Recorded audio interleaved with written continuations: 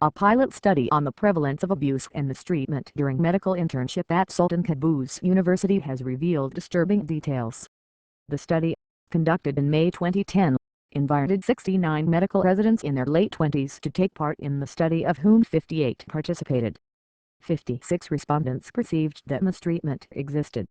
Titled Pilot Study on the Prevalence of Abuse and Mistreatment During Clinical Internship, a cross-sectional study among first-year residents in Oman. The study shows that first-year medical residents experienced mistreatment in the form of sexual harassment, physical abuse, verbal abuse and academic abuse from top-ranked medical staff, including consultants and specialists, during their 3 to 4 month internship period at SQU hospital. Among the different types of mistreatment reported, verbal and academic abuse were the most common, 88%, followed by sexual harassment 24% and physical abuse 22%. Following this, 76% respondents had advised at least one of their relatives not to join medical school. Dr. Mohammed Al-Shafari, head of the Department of Family Medicine and Public Health at the College of Medicine and Health Sciences, SQU, and the principal investigator in this study, said, "We initiated the study as interns complain of mistreatment. We too have faced the problem during our times. Bullying behavior has been reported in this fraternity in different countries. In the Arab world, including Oman, evidence abounds that much emotional distress is present among medical trainees. As per Ministry of Health data, 60% of the workforce in medical and health field in Oman is female. Since no data has been produced in Oman, the present study aimed to quantify mistreatment or abuse of Omani medical interns by seeking response to their perception of abuse and then understand factors leading to mistreatment so that we could draw guidelines to limit this problem and provide evidence-based interventions appropriate for the context of Oman.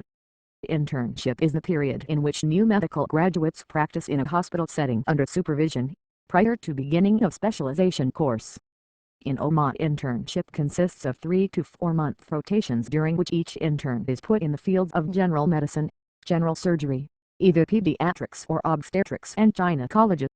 The study was published in the British Medical Journal Open last month, and Dr. Shafari claims it to be the first of its kind in the country and Middle East.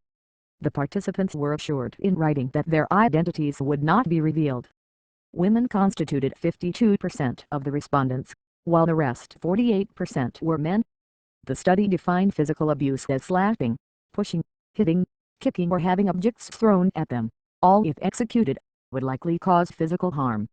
Academic abuse consisted of being coerced into carrying out personal services unrelated to the expected roles of interns. It also included instances of interns being excluded from reasonable learning opportunities offered to others or threatened with poor evaluation for reasons unrelated to academic performance.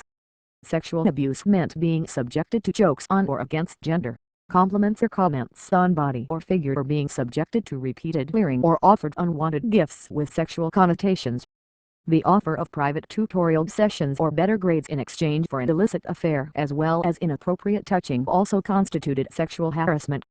Male residents responded that they had experienced higher levels of perceived mistreatment than women, particularly academic abuse. The figures on sexual abuse show that 18% male and 13% female received jokes or comments against their gender. 7% male and 17% female were commented or complimented about their body or figure.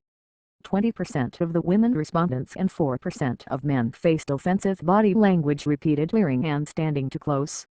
More than 50% of the total respondents reported maltreatment from consultants, followed by specialists, resident doctors, nurses, patients' relatives and others. Indices of mistreatment were significantly higher during medical rotation than in pediatrics or surgical rotation. Maltreatment experienced in the pediatric rotation was second highest. Citing reasons for not reporting maltreatment, the majority of respondents said that they wanted to avoid further trouble as they believed that reporting could adversely affect evaluation and professional career.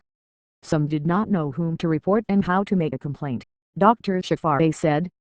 "The findings are shocking," he said. "Since there is no magic bullet to mitigate the prevailing maltreatment of medical trainees, a possible strategy could be to institute mandatory courses for medical staff on awareness about the consequences of abuse and maltreatment," he said.